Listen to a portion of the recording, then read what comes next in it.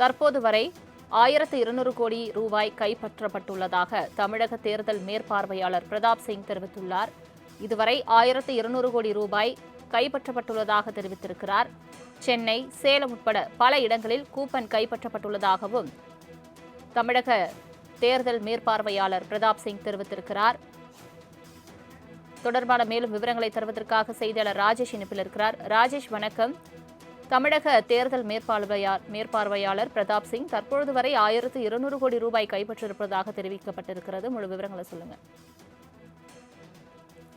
சௌமி, வணக்கம்.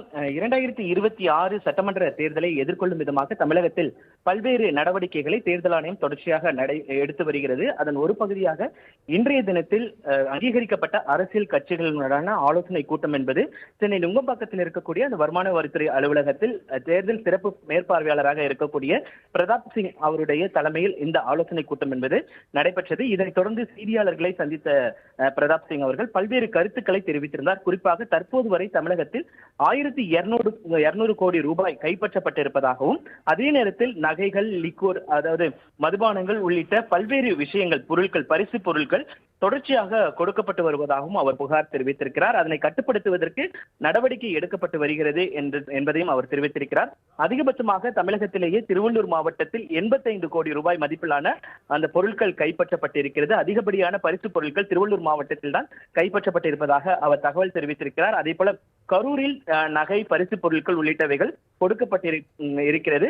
அதற்கான நடவடிக்கைகளை தொடர்ச்சியாக மேற்கொண்டு வருகிறோம். நேரடியாக நானே சென்று அங்கு என்ன மாதிரியான பரிசு பொருட்கள் விநியோகிக்கப்படுகிறது என்பதெல்லாம் குறித்து நான் அந்த புகாரினை பெற்றுக்கொண்டேன். நாங்கள் ஆய்வு செய்தேன்.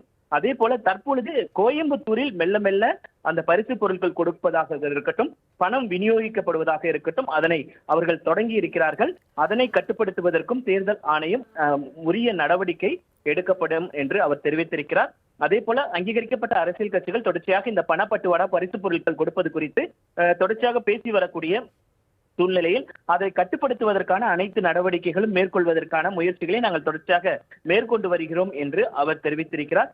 குறிப்பாக அதே நேரத்தில் பல்வேறு கருத்துக்களை அவர் தெரிவித்திருக்கக்கூடிய சூழ்நிலையில் இந்த தேர்தலை பொறுத்த வரைக்குமே கடந்த முறை 74% மக்கள் வாக்களித்திருந்தார்கள். இந்த தேர்தலை பொறுத்த வரைக்குமே நாங்கள் 85% வாக்குப்பதிவை எதிர்பார்க்கிறோம்.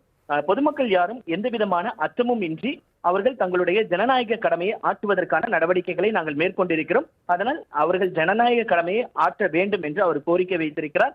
பணப்பட்டுவாடா உள்ளிட்டவைகள் குறித்து நாங்கள் கட்டுப்படுத்துவதற்கான நடவடிக்கைகள் மேற்கொள்ளப்பட்டிருக்கிறது. பதட்டமான வாக்குச்சாவடிகளுக்கு கூடுதல் பாதுகாப்பு பணிகள், காவலர்கள் அங்கு அனுப்பப்பட இருக்கிறார்கள். ஏற்கனவே 300 கம்பெனி என்பது வந்திருக்கிறது.